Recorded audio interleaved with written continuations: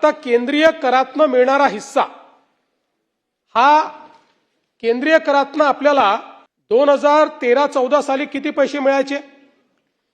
16,588 कोटी. ते 16,588 कोटीवरनं 25-26 मध्ये किती झाले? 87,903 कोटी. म्हणजे 5 पटीपेक्षा जास्त. 10 वर्षात 5 पटीपेक्षा जास्त. आणि मला आनंद वाटतो की 16व्या वित्त आयोगाची जेव्हा 8 मेला बैठक झाली होती त्यावेळी आपण व्हर्टिकल डिव्होल्युशन मध्ये बदल करण्याची मागणी केली होती. आपल्याला माहिती आहे जयंतराव की गाडगीळ मुखर्जी फॉर्म्युला हा आजही चाललेला आहे. इन्कम डिस्टंट मेथड जो त्या काळात आला तो इन्कम डिस्टंट मेथड. महाराष्ट्रासारख्या राज्याला ज्याचा जीडीपी जास्त आहे त्याला त्याचं नुकसान आहे.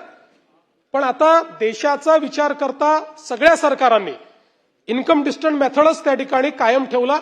फक्त त्याच्यावर जीडीपीला देणारे मार्क्स हे थोडे थोडे कमी होत गेले. त्याचा आपल्याला फायदा मिळाला.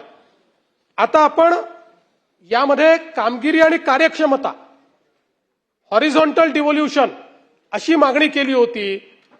ती आपली मागणी केंद्र सरकारने स्वीकारली आणि त्यामुळे 90,000 कोटी रुपयाचा फायदा आता आपल्याला या माध्यमातून होणार आहे. केंद्र सरकारच्या माध्यमातून आपल्याला तो पैसे आपल्याला या ठिकाणी मिळणार आहे. आता केंद्र सरकारकडनं जी सहाय्यक अनुदाने मिळतात त्याचाही विचार केला तर 13-14 साली ही सहाय्यक अनुदाने 13,241 कोटी मिळायची.